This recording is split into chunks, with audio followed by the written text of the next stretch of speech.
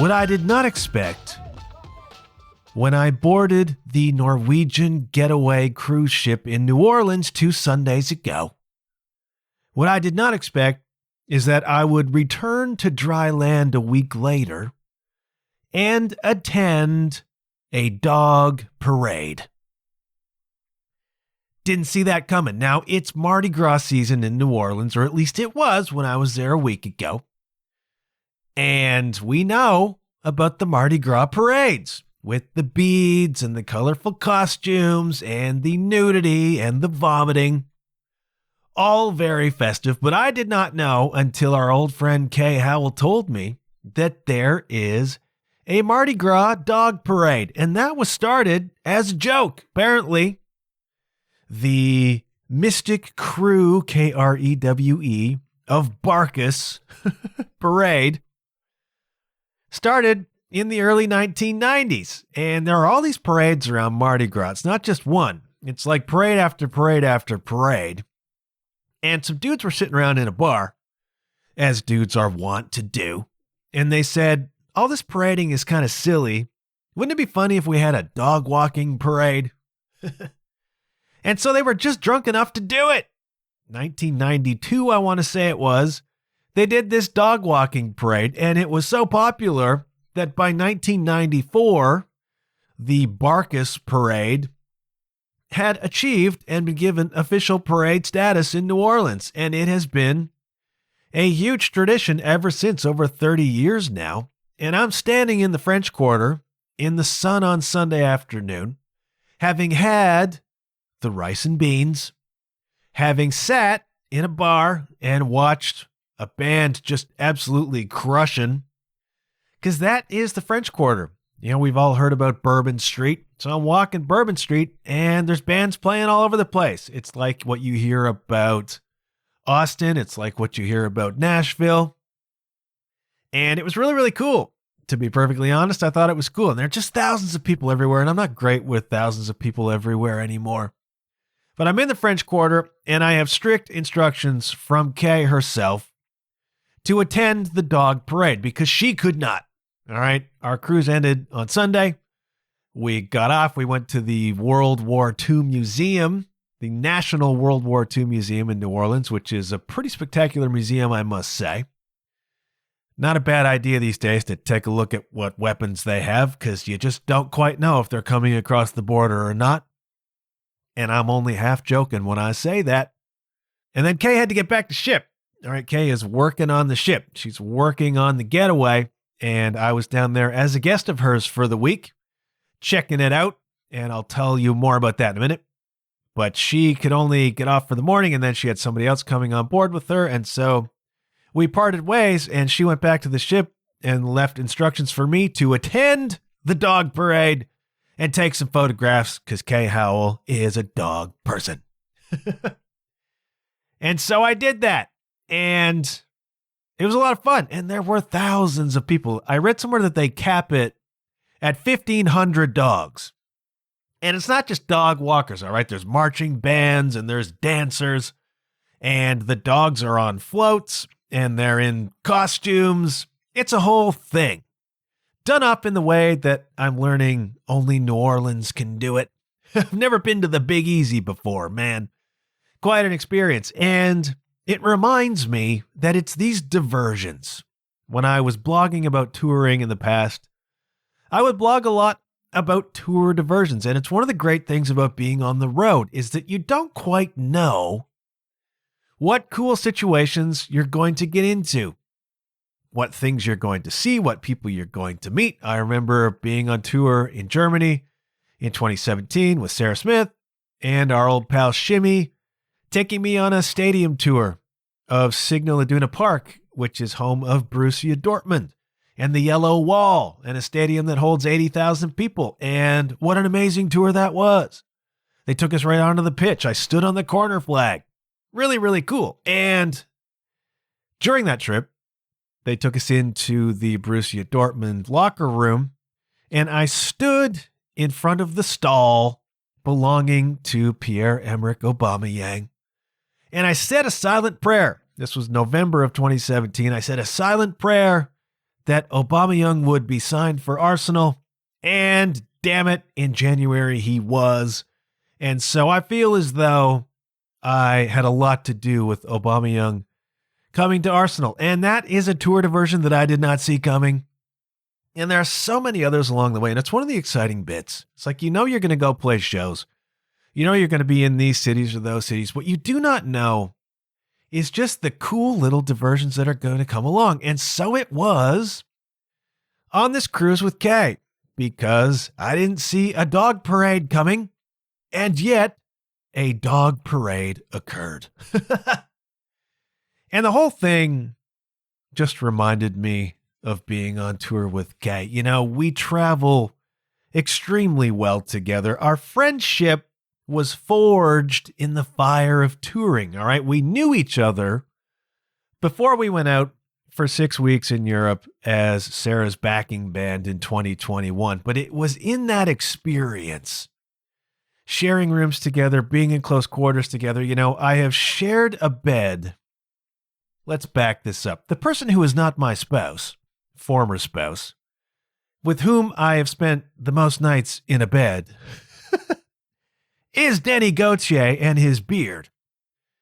But the person with whom I have spent the second most nights in a bed, who is not my spouse, former spouse, is Kay Howell. All right. Touring puts you in those situations. Platonic.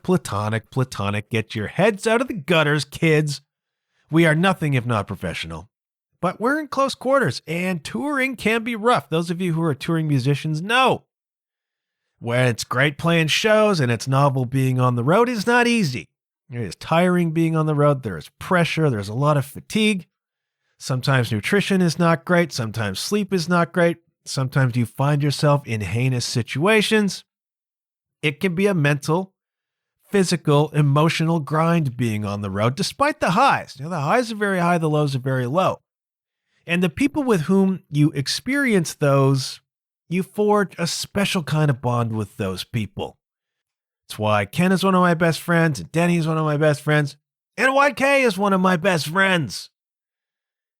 We built that friendship on the road, and we tour really, really well together. We travel really, really well together. And I was reminded of that because we have seen a fair amount of each other in the past 3 years, but we have not spent an extended period of time together. And it was so great to do that again. Now, Kay's working on the ships, right? She's 40 weeks a year on the ships doing dueling pianos. And what an interesting and compelling existence that is, and what an experience that's been in her life. And the last 3 years for her, not to put words in her mouth, of just traveling around the world, healing from a broken heart, healing from the loss of her mom, healing from all of the enormous life changes she has made that she's talked about on this program in 2 or 3 separate episodes.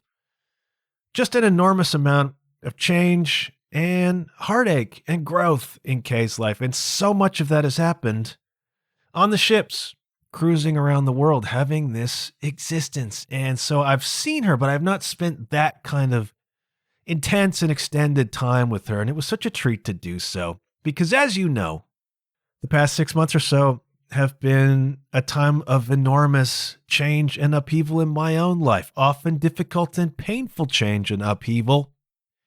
And Kay has been one of the foundations for me during that, as a confidant and as a supporter and as someone who just there for me like John Bon Jovi, you know.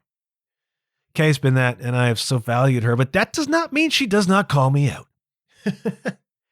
And I cannot go further on this episode without acknowledging that Kay, for all her love and friendship and support, called me out on something during our little trip together. We were talking about an episode I did a few weeks ago, the Valentine's Day episode. My first Valentine's Day as a single person in 30 years. And how disorienting but ultimately fulfilling and uplifting that was. But I referred to myself on that episode as a single man without a partner and without any romantic attachments whatsoever. That was not a lament, okay? That was simply an acknowledgement, simply a statement of fact. I am a single man, and I do not have any romantic attachments whatsoever. Now, I repeated that several times on the episode. Again, not as a lament, but it became kind of a chorus, okay?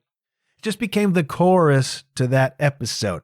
And it was said in fun, all right? It was a joke. It was supposed to be funny. Not the statement itself, but the repeated use of the statement as a chorus, as a hook. And Kay acknowledged that, but she also called me out because words have power. Kids, okay, you heard me say before on this show, you speak your world into existence. And so there's a school of thought, which Kay is referencing, that says what you speak, what you say is really a command to the universe, right? And so people who are poor all the time, let's say, people who are broke all the time, perpetually moaning about not having enough money. And what they're saying is like, oh, I'm broke again, is they're saying to the universe, make me broke again. I am broke again. You are stating the way, the vibration that you want the universe to mirror, reflect, or acknowledge. Oh, I'm broke again. Oh, I'm sick again. Oh, I don't feel great today. Oh, things aren't going all that well. That's just a command to the universe. The universe is just something like a bouncy ball. It just bounces back to you what you put out to it.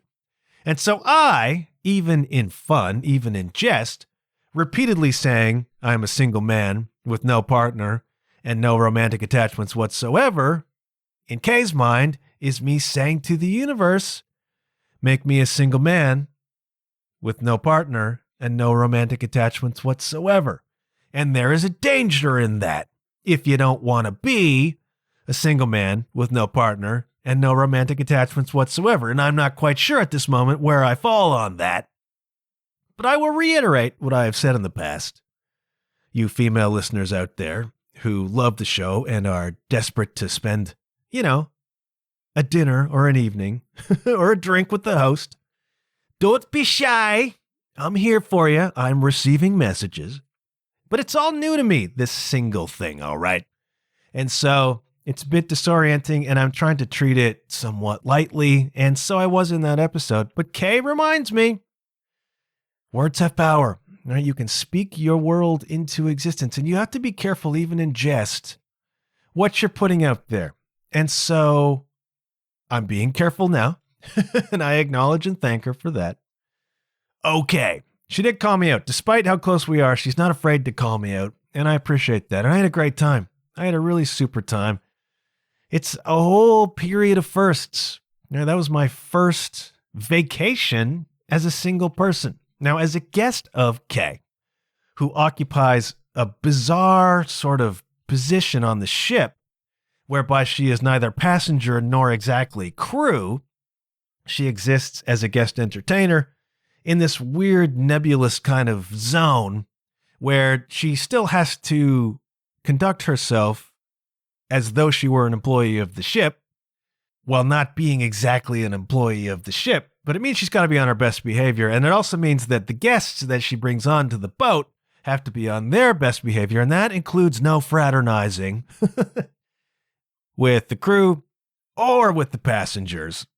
So those of you who were keen to have me go out there and, meet somebody, not really allowed to do that and didn't. And so I remain a single man with no partner and no romantic attachments whatsoever. But that doesn't mean I'm not open to an romantic attachment. Is that better, Kay? I don't know. You tell me. Kay's there doing dueling pianos, and it's just such a marvel. It's just such a marvel watching her. And I met two really great dudes. I met James Byram, English guy who now lives in Den Haag, Netherlands, a city that I have indeed visited. And I met Pat Brown, fabulous keyboardist, fabulous guitar player from the States. And they are Kay's dueling partners on that particular cruise. 3 of them, 4 nights out of 7, 4-hour shows, just playing whatever the people throw at them. And it is a marvel just to watch people who have that kind of ability. It's like if they don't even know, if they don't know the song, they'll pull up the phone and hold it to their ear while the other person is playing, and they'll learn it in 5 minutes, or they'll learn it during their break and come back out and crush it.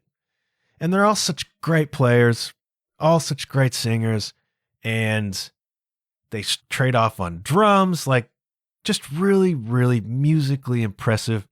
Great entertainers. The shows are very funny. I mean, I saw 4 dueling pianos shows. That's 16 hours of dueling pianos. Was not once bored at all. You know, every show is different. It's unpredictable. You never know what you're going to get. You never know who's going to be in the audience. You don't know what the vibe is going to be. You don't know what mayhem is going to happen. And they are all so quick on it. I mean, they're very experienced duelers.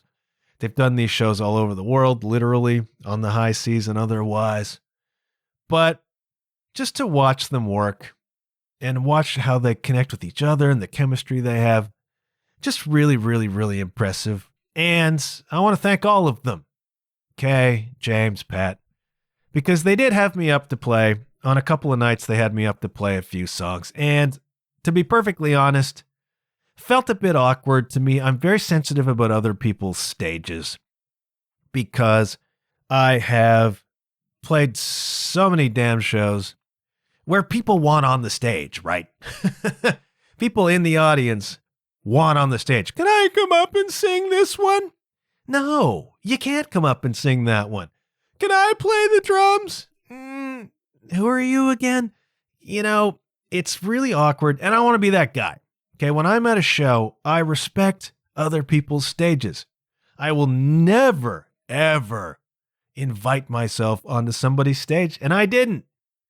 But Kay was gracious enough to bring me up for a couple tunes, and I got to play with James, and I think I probably played with Pat, I can't remember. And that's an awkward position because they're doing so well, right? They're so good at this format. They're so good at this show. They're so entertaining that when you step onto that stage, you run the risk of junking the show. You run the risk of being this weird interloper who found his way onto the stage and then wrecked it for everybody. I'm so sensitive about that. And I was so desperate to not do that, that I took the approach of being as absolutely simple as I possibly could be.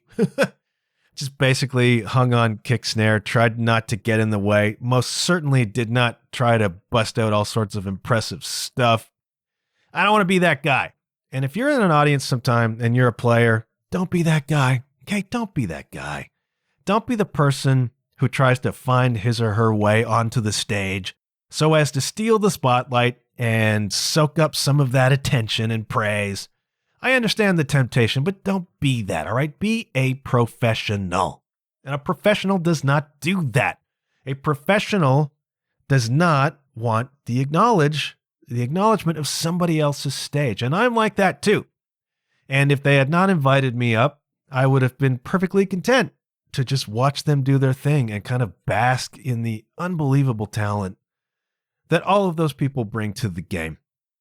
And to just sit back and enjoy watching the audience just get pulled in. I mean, they're so good. And if you do get invited up, you've got a decision to make. Okay, now I love Kay, and Kay's one of my best friends, and she invited me up, and it's my honor. It's my honor to go up and play with any of them. And I did my best at just staying out of the way, trying to hold a pocket, and letting them be the impressive parts of the show, which is my modus operandi as a side player anyhow. It was nerve-wracking. Gotta be honest, it was nerve-wracking because I didn't want to wreck their thing. And hopefully I didn't. And I just want to publicly acknowledge them again for bringing me up to do that. I really appreciate it. They didn't need to. They in no way needed me on that stage. They all play the drums. And I got to say, Kay's kicking ass. Kay's doing great as a drummer. I saw her do some stuff that was so impressive. Really, really cool. And they most certainly did not need this guy on that stage. And so thanks to all of you for doing that. I really appreciate it. And I hope I didn't wreck your show. But the pressure I put on myself in a scenario like having gone on a cruise is to come back to you with something. Now, a good comedian would come back with all sorts of the absurdities of cruise ship life and these really interesting observations of it all. I don't have any of that. Okay, I'm not an observation comic. And I don't have anything to give you that's really about the absurdities, except all of the time that Kay and I spent watching episodes of the What We Do in the Shadows TV show. If you have not seen the movie What We Do in the Shadows, this really hilarious, absurd vampire movie, documentary style vampire movie, Taika Waititi and Jermaine from Flight of the Conchords did this thing, Jermaine Clement. And they made this movie a few years ago that was really hilarious, just absurd and irreverent and really, really funny. And so that was expanded into a TV show, and there's, I think, 4 seasons, I want to say. Just half-hour episodes of these modern-day vampires living on Staten Island, being vampires, and they're all morons. The comedy is crude. It is slapstick. It is such a funny program. And so if you want absurdity out of my cruise ship, that's it. And Kay and I laughed our asses off night after night after night, just watching these episodes, you know, floating along the Caribbean. And that's the absurd part. What We Do in the Shadows, a TV show. Watch it if you haven't seen it. It's so bloody funny. And it gave me some new voices to try. So I've been working away at capturing a couple of the voices of the vampires, which I'm not going to do for you now, but it was great. So if you want a recommendation on something really funny, What We Do in the Shadows, the movie and the TV show, hilarious, irreverent, crude, and just a really, really damn good time. But I can't give you absurdities of ship life. For me, it was cool. Now, Kay's been on ships 40 weeks a year for 3 years. Some of the novelty has perhaps worn off for her. It's work, right? So it becomes with touring. Hasn't really for me, but it does for other people. It's like, oh, we're on the road again. Big whoop. That's never happened to me. I love being on the road and can't wait to be on the road again. Ship life, for me, novel. It's my first cruise. I've never been on a cruise. Tons of resorts. I've never been on a cruise. And it was friggin' cool, man. It was cool to be on the ship and to have kind of access to a different experience of the ship. You know, when you go on tour, you have a different experience of the country or countries you're touring in. You have a different experience of that. It's not touristy, all right? You're playing in Germany in towns that nobody's ever heard of. You know, you're seeing a different side, arguably a more authentic side of the tour experience or of that country or of that culture. And so it is on the cruise. You go as a passenger, you have one experience of it. You go as a crew adjacent person with access to kind of off-limits areas of the ship and seeing a little bit the inner workings of things. For me, it was really, really interesting. Really cool to watch all of this happen and then try not to get arrested for being in the wrong place without my badge on. Again, got to be on your best behavior. Can't get Kay kicked off the ship. Can't get her fired by dueling pianos. And for me, on my first cruise, really, really fun. Really, really interesting. Terrific food. Dueling shows were great. And we made stops in Cozumel and Belize and other places. Fun. Hang up by the pool. And just a really great getaway for me. And I've needed a getaway, right? I've been 6 months in the grinder right now. Marriage breaking up. Started a new job. Future very uncertain. All of that weighs on a person, even a person who, as in my case, is trying real hard to learn how to surrender. Still weighs on you. And so I needed to get away, and I needed to be warm, and I needed to be in the friggin' sunshine because this winter has been a battering ram. And so all of that for me was fantastic. Okay, less novel for her, very novel for me, and so I had a great time on the boat. But I can't give you any funny stories really or absurdities. It was just a really nice, relaxing, novel experience with one of my best friends and meeting some other people who are friends of mine now too. Very, very cool. But I did take something away. All right, I did take a little inspiration away. Apart from how amazing Kay and Pat and James are at what they do, and the level of musicianship and the level of entertainment they offer, how quick they are on stage, how they banter with each other, how they do this with the crowd. It's always inspiring to see really great performers, really great entertainers. I'm still in the entertainment world. I'm not playing as much as I used to, but I hope to, again, become somebody who's closer to a full-time player. And it was inspiring to see those people who are doing it. And that is the lesson, really, is that there's a whole world out there, kids. All right. Now, those of us who are musicians have maybe too narrow a view of what being a musician can be. A lot of us, probably 98% of us, play the local bar with a local band. And that's probably the extent of our vision for it. We may dream of touring, we may dream of stardom, but the practical reality is we think, well, this is kind of it, right? Play once or twice a month at the local bar, and that's it. Maybe make a record once in a while. But then you see these three cats who are playing full-time aboard ships. And all of us know somebody who's done the cruise ship thing. There's a difference between being the house band and being part of a show. Dueling Pianos is a show. It's a different sort of experience of cruising. And I know that being a musician on ship can be a friggin' grind, but it's also making a living as a musician.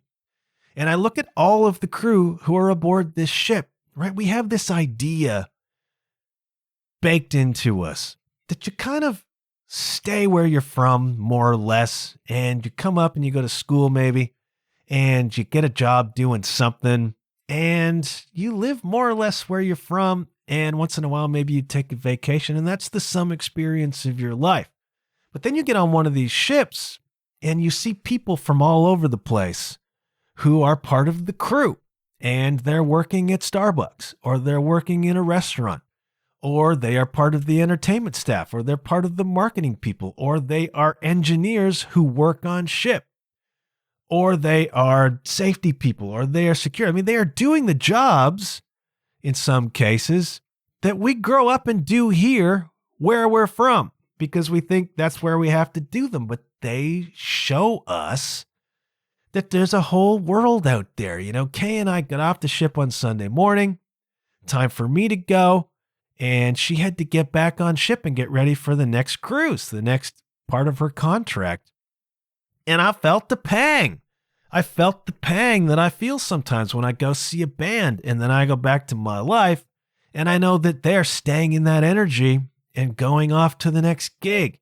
Or when I go to a sporting event and I know that the players are getting on a plane or getting on the bus or whatever, and they're going on, staying in that life, living a different kind of life. And those of us who aspire to a life of novelty like that, it's one of the reasons I love the friggin' road so much.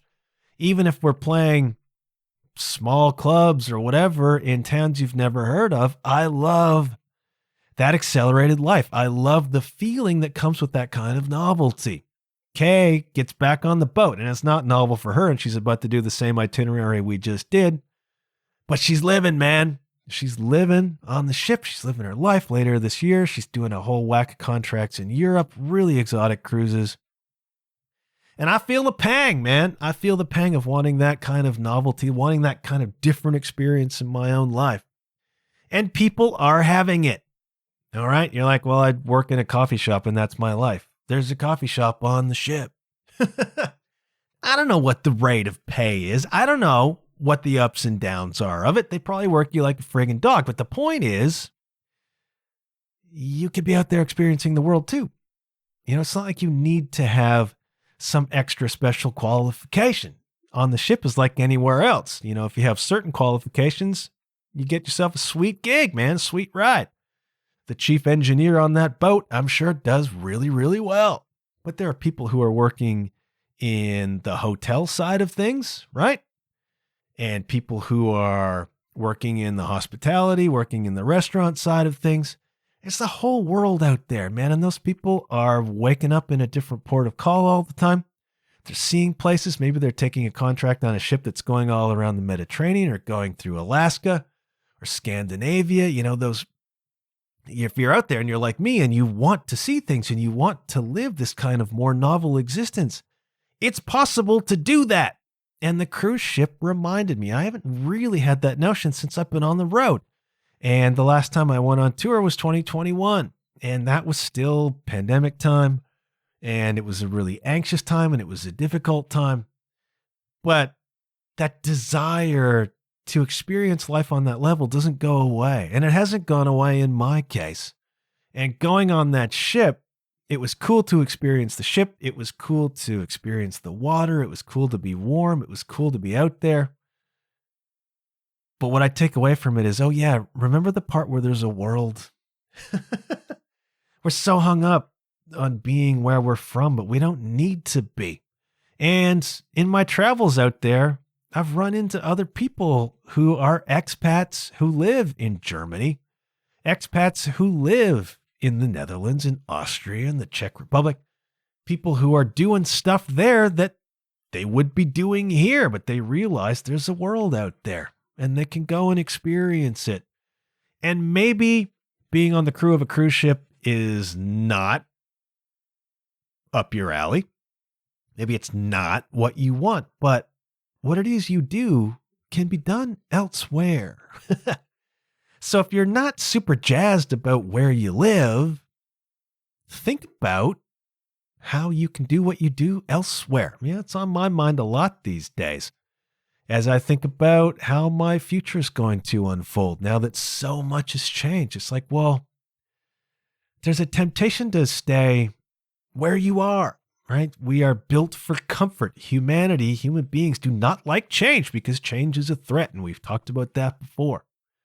But it's like you go out there and you sample it a little bit and it brings back those feelings of being in motion. It brings back just this idea of movement and how great that is. And so my admonishment to you coming off the ship is if you've got that wanderlust, if you're bored with where you are, you can go elsewhere.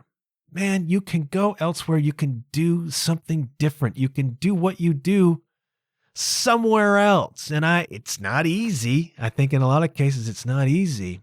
And I don't know how you do it. I don't know what you do, but it was really exciting to me. It sparked my curiosity again. And as it was exciting to me to see people actually doing it. Right? That was one of the great things about being on tour is that for that period of time, you're actually doing it. You're making a living-ish on the road playing music. And it's like, well, wait a minute, this is possible. And I follow on Instagram all sorts of working drummers who are out there making a living and doing it. And it's still possible. And so it is for Starbucks baristas.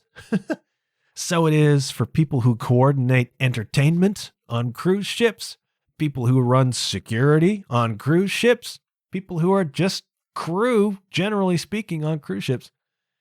They're out there doing it. You know, there is a novelty of life that is possible. There are places to go and things to do that maybe you haven't thought about. And so my encouragement to all of you, especially those of you who are bored, those of you who are antsy, those of you who are restless, those of you who want to experience the world a little bit, it's possible to do. And I'm inspired when I see, people of my tribe, which is Kay and James, Pat, musicians out there doing it full time. You know, they found a way to do it full time. They don't do it forever, but they do it and it's working for them. Other entertainers on the ship, people who are running the shows. It's like things are possible, man. You know, life does not have to be boring if you feel as though it is. And so I'm very inspired by that. I'm very encouraged by that. And just my gratitude to Kay again for bringing me on board with her. Hopefully going to do that again, perhaps later this year, somewhere, Europe maybe. And to Pat and to James, just great dudes, great musicians, and really gracious people. And it was really a wonderful week. To be perfectly honest, it was just a wonderful week of laughing and being inspired and being warm. And I'm very fortunate. You know, I do not lose my gratitude in all of this. I maintain my gratitude practice. Okay, kids, 3 gratitudes every day when you wake up. I'm grateful for this and this and this. It can be something as small as a cup of coffee. Just keep that gratitude, man, because thoughts become things in the same way that you can speak your world into existence. So think gratitude and you will be given more to be grateful for. I'm grateful to all of them and I'm grateful just for the experience of being on that ship. And the dog parade. New Orleans, man. I don't know at what point Canadians won't be allowed to go to America anymore. I don't want to get wrapped up in speculation, but things are looking a little bit dicey, and I don't want to go there right now. So let's talk about something that's new, that's actually exciting. And that was the reveal, the ascension last week of Papa Emeritus 5, Papa Perpetua. Yes, Papa 5, Ghost, has been revealed, along with a new single, Satanized. And that one had to grow on me, gotta be perfectly honest. I mean, I liked it right away, but it did not have the immediacy for me that the lead singles have had from the last couple of records. Call Me Little Sunshine from Impera, just still one of my favorite Ghost songs. And of course, Rats from Prequel is one of everybody's favorite Ghost songs. Just really immediate bangers. Satanized didn't grab me right away, but to be fair, I was listening to it kind of absently on my phone. It's when I put my headphones on for a couple listens that I'm like, oh yeah, Ghost is back, baby. And the new record, Scaletta, is coming out in April. Major world tour has already been announced with more tour dates coming. Papa 5 he's weird. He's like metallic. He's like got a metal half mask and metal fingers. Looks wicked. I don't know who's designing these costumes, but it just looks great. The last one, Papa 4 and Cardinal Copia, was like Ghost's steampunk kind of era, which was really cool too. And I saw that tour. I saw a Cardinal Copia tour and I saw a Papa 4 tour. Papa 5 here, and I don't know what to make of the direction. It looks freaking cool. The metal mask is really cool. The song is cool. I don't know what the idea is. The records have tended to be kind of thematic.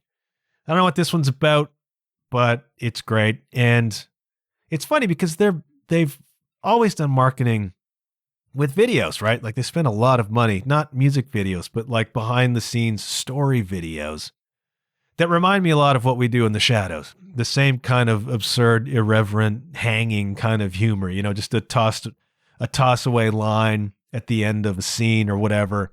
Just stuff that's happening kind of not the focal point, but you hear it around, or sight gags. Ghost, their videos are really, really funny for that. It's all very funny and slapstick. And when you see them live, it's really a laugh. Like they do not take this seriously whatsoever, despite the kind of dark gothic imagery, the Satanism. It's all very tongue-in-cheek. And their story videos do that too, and there will be more of them coming soon because we don't know much about the origin of Papa 5. The hint at the end of the last tour was that he's a brother of Cardinal Copia.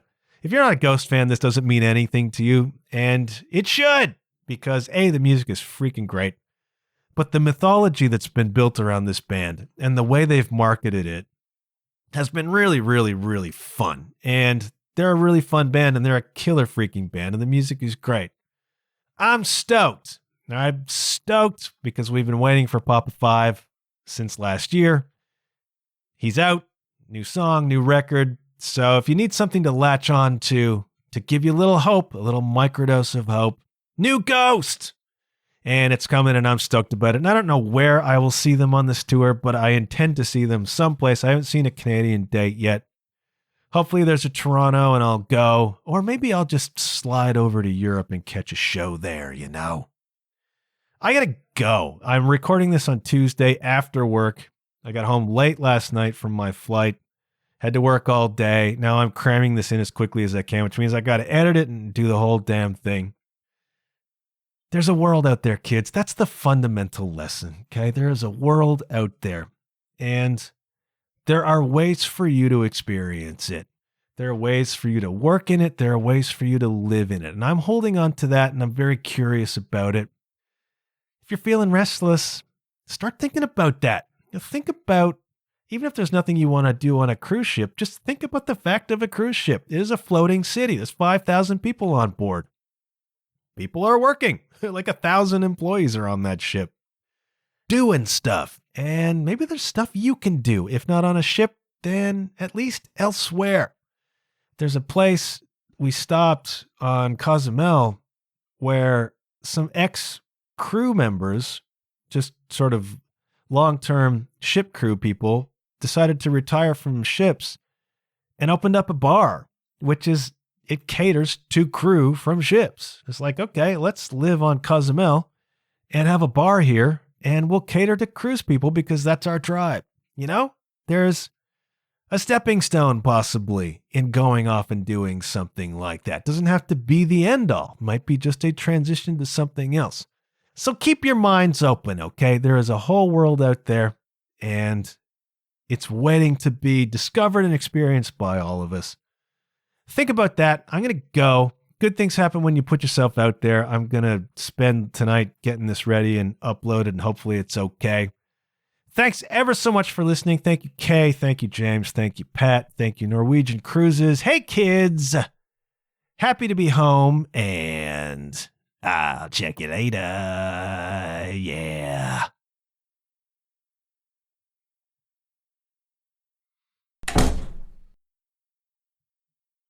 Blasphemy, heresy, save me from the monster that is eating me. I'm victimized. Blasphemy, heresy, save me from the bottom of my heart. I know I'm Satanized.